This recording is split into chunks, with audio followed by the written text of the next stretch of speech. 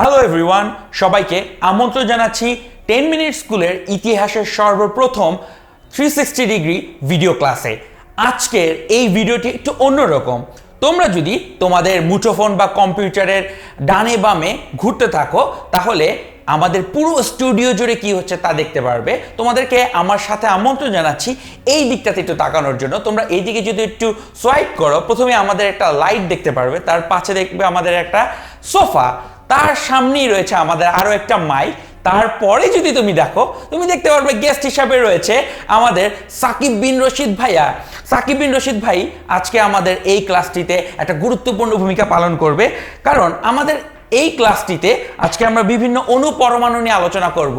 শুভর কাছে আমি কিছু অণুপরমাণু ছুঁড়ে মারছি, শুভ পরমাণু, শুভ ক্যাচ। সো শুভ একটু অণুপরমাণুগুলো আমাদের বাচ্চাদেরকে দেখিয়ে দাও। প্রথমত আমাদের বন্ধুরা দেখতে পাচ্ছ শুভর হাতে অনেকগুলো অণুপরমাণুর মডেল রয়েছে।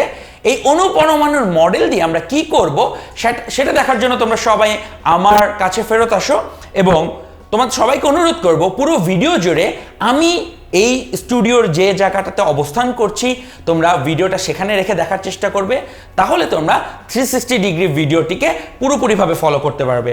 সবাই এখন আমি যেখানটাতে আছি আমার সাথে ভিডিওটাতে মুভ করা শুরু করো, তাহলেই আমরা এই ভিডিওটি এখন থিওরিটিক্যাল পার্টের আলোচনা শুরু করব। থিওরিটিক্যাল পার্টের আলোচনার প্রথমে আমরা এই টিভি স্ক্রিনে দেখতে পাচ্ছি আমাদের আজকের আলোচনার বিষয়বস্তু, যা হচ্ছে গ্লুকোজ। গ্লুকোজ খুবই গুরুত্বপূর্ণ একটা অণু আমাদের জন্য। গ্লুকোজ কেন গুরুত্বপূর্ণ সেটা বোঝার জন্য তোমাকে প্রথমে বুঝতে হবে আমরা দৈনন্দিন জীবনে যত খাবার দাবার খাই সবকিছুই খাই আমরা শক্তি অর্জনের জন্য, এবং এই সব কিছুতে রয়েছে গ্লুকোজ। মূলত তোমার ব্রেইন শক্তি পায় এই গ্লুকোজ মলিকিউলকে ভেঙে। তোমরা ছোটবেলায় সবাই কিন্তু স্কুলে বইতে গ্লুকোজ মলিকিউলের যে স্ট্রাকচারটা সেটা মুখস্থ করেছো। সেই স্ট্রাকচারটা ছিল এই টিভি স্ক্রিনে দেখার মতন C6H12O6। তো আজকে আমরা এই অণুটির সব ধরনের গাঠনিক কারসাজি এবং কারিশমা দেখার চেষ্টা করব। থিওরিটিক্যাল পার্টে যাওয়ার আগে আমি এখানকার যে মলিকিউল রয়েছে সেই মলিকুলার স্টেশনের দায়িত্বে শুভকে রেখে যেতে চাই। শুভ, তুমি চলে আসো আমাদের এই মলিকুলার স্টেশনের দায়িত্বে। সো যখন শুভ এখানে আমাদের দাঁড়িয়ে আছে আমি তোমাদেরকে নিয়ে যাচ্ছি, তোমরা আমার সাথে এখন চলে আসো আমাদের থিওরিটিক্যাল আলোচনাতে। শামির, আমরা কি তার আগে ওদেরকে কোন অণু দিয়ে আমরা কি ডিনোট করছি এটা একটু পরিচয় করে দেওয়া দরকার? জি অবশ্যই শুভ, অসাধারণ একটা আইডিয়া দিয়েছো। আজকে আমরা একটু পরে যে ডেমনস্ট্রেশনটা দেখাবো সেখানটাতে লক্ষ্য করে দেখো আমাদের হাতে রয়েছে, শুভর হাতে দেখতে পাচ্ছ একটা কালো রঙের পরমাণু। এই কালো পরমাণু দ্বারা আমরা বোঝাচ্ছি কার্বনকে। এরপর শুভ আমাদের জন্য নিয়ে আসছে একটি সাদা পরমাণু, সাদা দ্বারা আমরা বোঝাচ্ছি হাইড্রোজেনকে।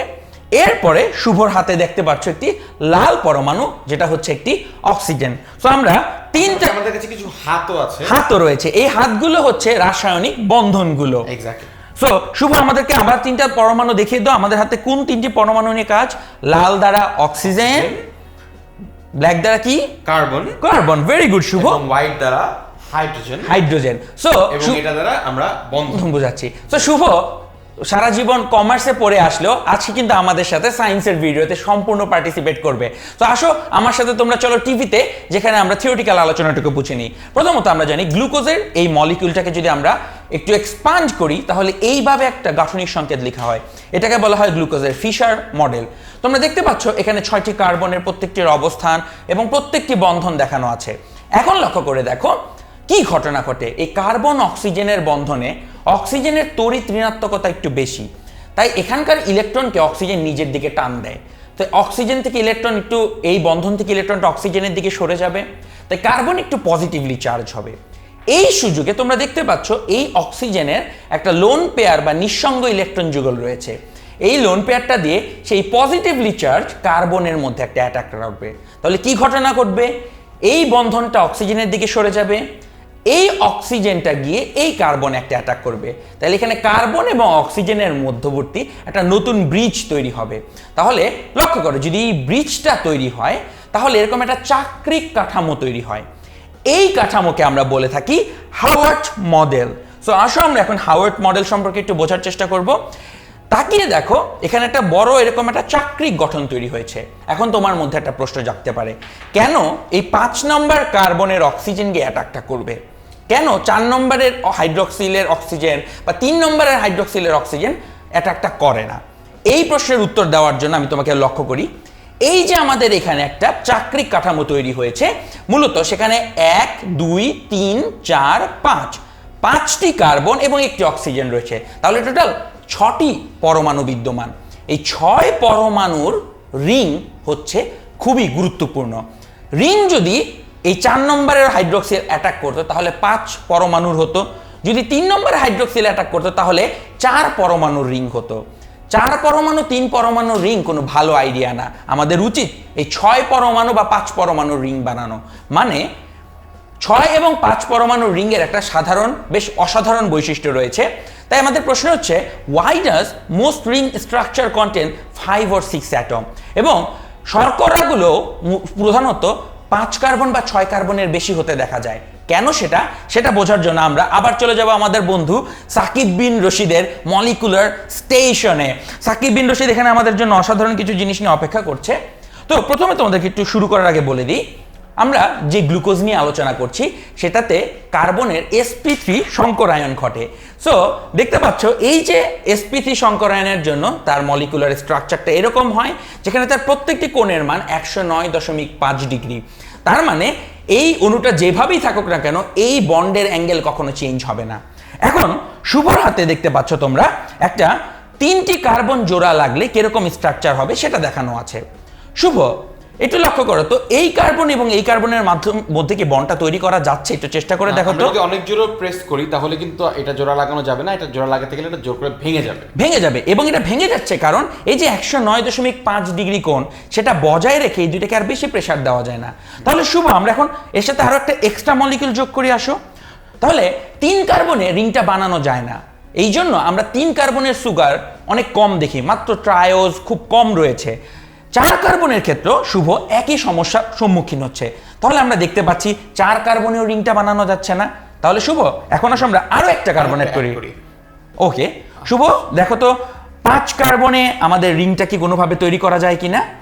হ্যাঁ, এখানটাতে যদি আমি একটু চাপ দেই তাহলে কোন রকম একটা রিং হয়তো তৈরি হবে। তাহলে একটু প্রেসার দিতে হয়, হলে এই জিনিস 5 কার্বনের রিং হয়। এবং যেহেতু 5 কার্বনেরটা বানানো যায়, প্রকৃতিতে ওটা বিদ্যমান। ডিএনএতে যে রাইবোজ সুগার বা ডিঅক্সি রাইবোজ সুগার থাকে সেটা হয় এরকম 5 কার্বনের। বাট আসো আমরা শুভর কাছে থেকে দেখে নিই 6 কার্বন হলে কি হবে। 6 কার্বন টেকনিক্যালি খুব সুন্দর একটা স্ট্রাকচার তৈরি করে 109.5 ডিগ্রির জন্য। তাকিয়ে দেখবে, এখনই তোমাদের শুভ ভাইয়া দেখিয়ে দিচ্ছে। এবং 6 কার্বন দিলে রিংটা খুবই সুন্দরভাবে তৈরি হয়ে যায়। এই যে আমাদের হাতে তোমরা রিংটাকে দেখতে পাচ্ছ, খুব সুন্দর করে 6 কার্বনের রিং হয়। তাই 5 কার্বন এবং 6 কার্বনের রিং হয় কারণ sp3 সংকরায়নের বন্ড অ্যাঙ্গেল মেনটেন করে এই রিংগুলো তৈরি করা সম্ভব। একটু আগে শুভ দেখালো যে 3 কার্বন 4 কার্বনের রিংগুলো জোড়া লাগানো সম্ভব হয় না মূলত। সো আমরা সাকিব বিন রশিদের মলিকুলার স্টেশন থেকে এতটুকু শিখে নিলাম।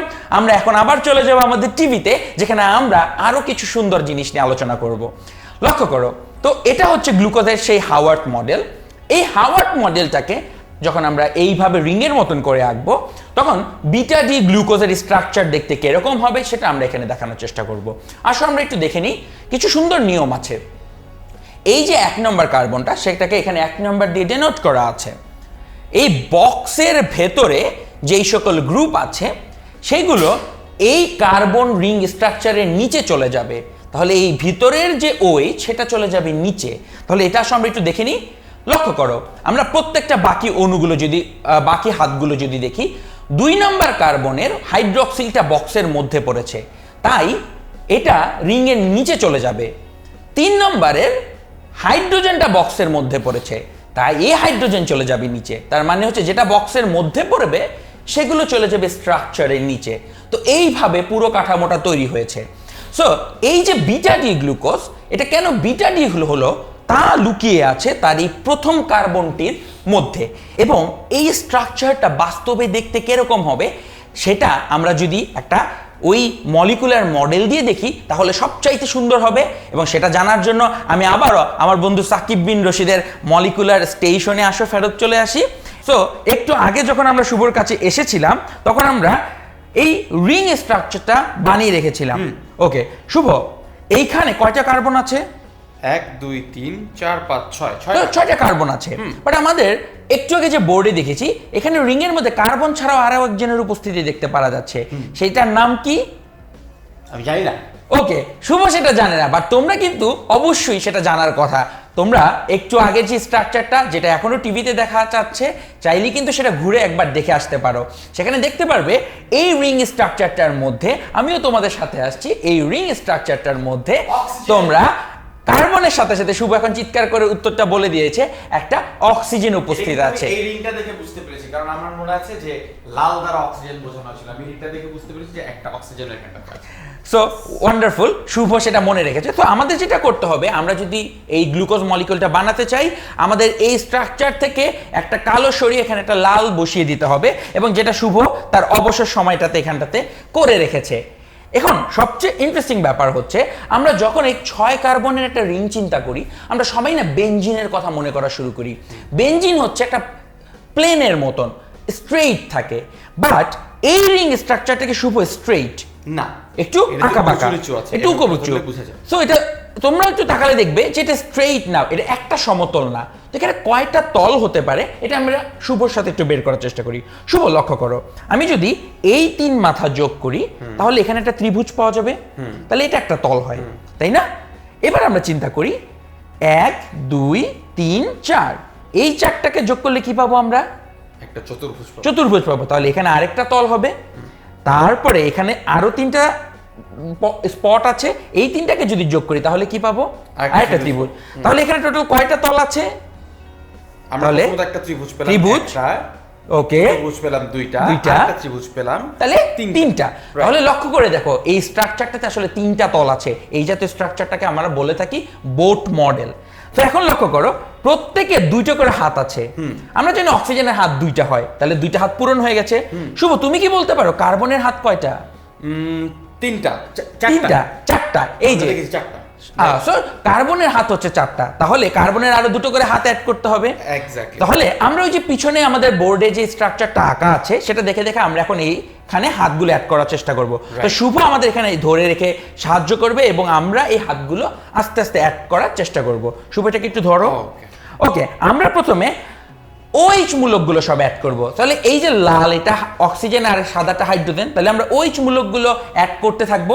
তো এটাকে আমরা ধরি 1 নম্বর কার্বন। 1 নম্বর কার্বনের উপরের দিকে OH থাকে, তাহলে উপরে আমি OH-টাকে অ্যাড করে দিচ্ছি। ওকে, থ্যাংক ইউ শুভ আমাদেরকে ধরে রাখার জন্য। 2 নম্বরে নিচে OH। একটা মজার ব্যাপার হচ্ছে, একটাতে যদি OH উপরে থাকে আরেকটাতে OH থাকবে নিচে, তাহলে পুরো ব্যাপারটা হচ্ছে অল্টারনেটের মতন, একটাতে উপরে দিব একটাতে নিচে। ঝামেলা হচ্ছে লাস্ট যে 5 নম্বর কার্বনটাতে। 5 নম্বর কার্বনে OH নেই, আছে CH2OH।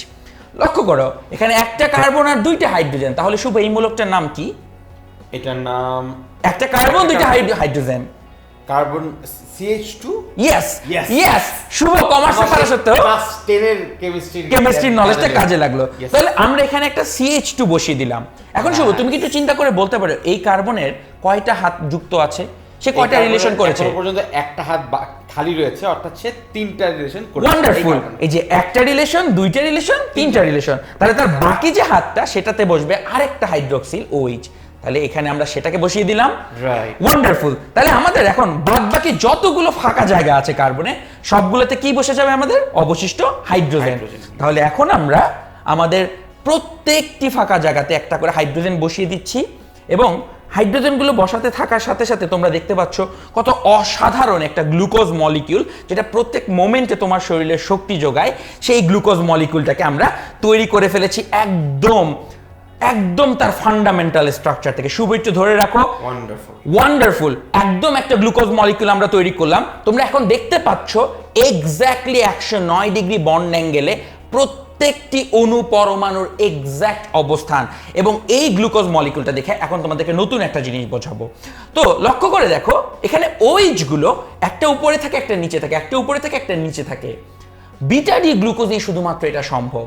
তুমি যদি আলফা ডি গ্লুকোজ করতে চাও তাহলে কি করতে হবে? আলফা ডি গ্লুকোজের যে 1 নম্বর কার্বন, তার OH-টাকে নিচে নামিয়ে দিতে হবে। তাহলে দেখবে পাশাপাশি 2টা OH চলে আসবে।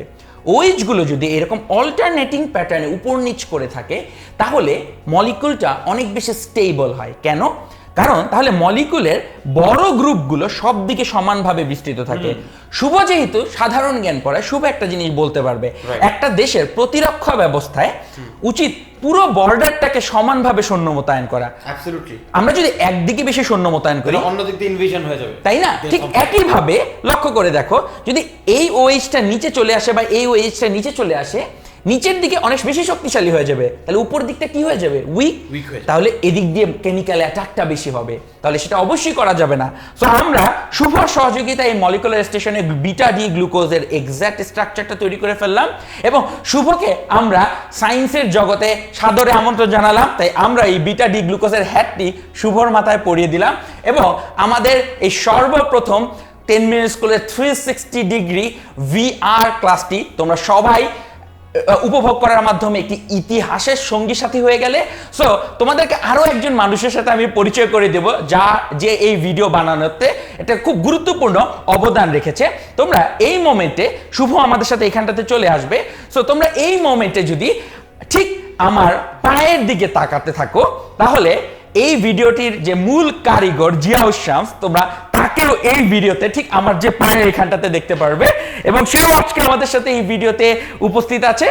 সুতরাং তোমরা এই ভিডিওটি এক্ষুনি শেয়ার করে সবাইকে জানিয়ে দাও এবং 10 মিনিট স্কুলে তোমাদের জন্য সামনে আসছে এই 360 ডিগ্রি VR ভিডিও নিয়ে একটি স্পেশাল সায়েন্স শো, যার নাম হচ্ছে সায়েন্স উইথ হাইজেনবার্গ। সো তোমরা 10 মিনিট স্কুলের সাথে থাকো, and always remember, never stop learning.